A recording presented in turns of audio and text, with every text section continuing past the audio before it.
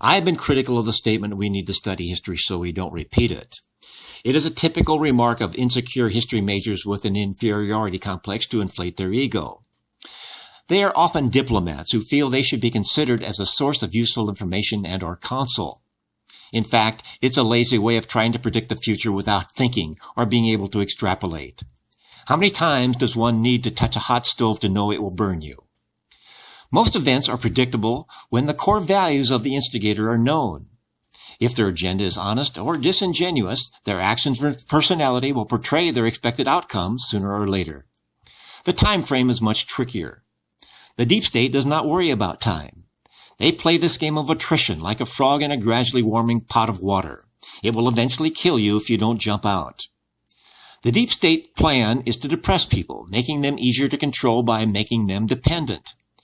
This makes their devious agenda much easier to perpetrate upon the helpless, the weak, the vulnerable, with young children and women their target, as they are the future generation.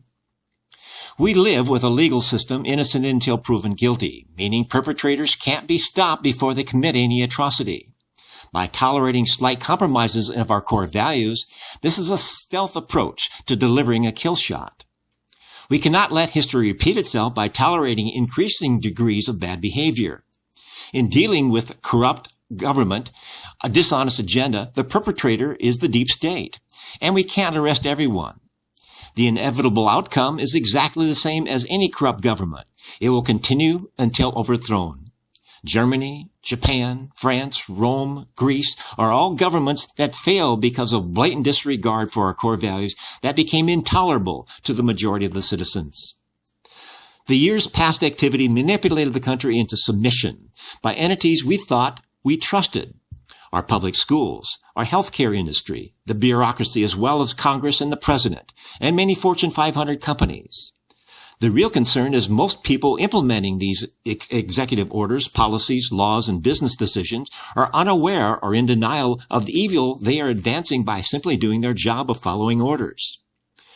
With the left calling this Build Back Better program of revolutionizing capitalism by destroying our currency with a nihilist war, is like the French Revolution. These atrocities ended only after the elitists devoured their own with the guillotine. The depravity stopped when the world impugned France and stopped recognizing their ignorance and corruption of their revolution.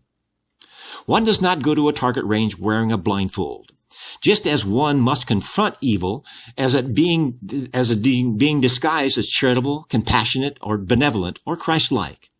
It is none of these things, and we should be able to recognize it for the evil it represents. We can only destroy a target by clearly seeing it before shooting. This is Keith Kuby wishing you the best in making the world a better place.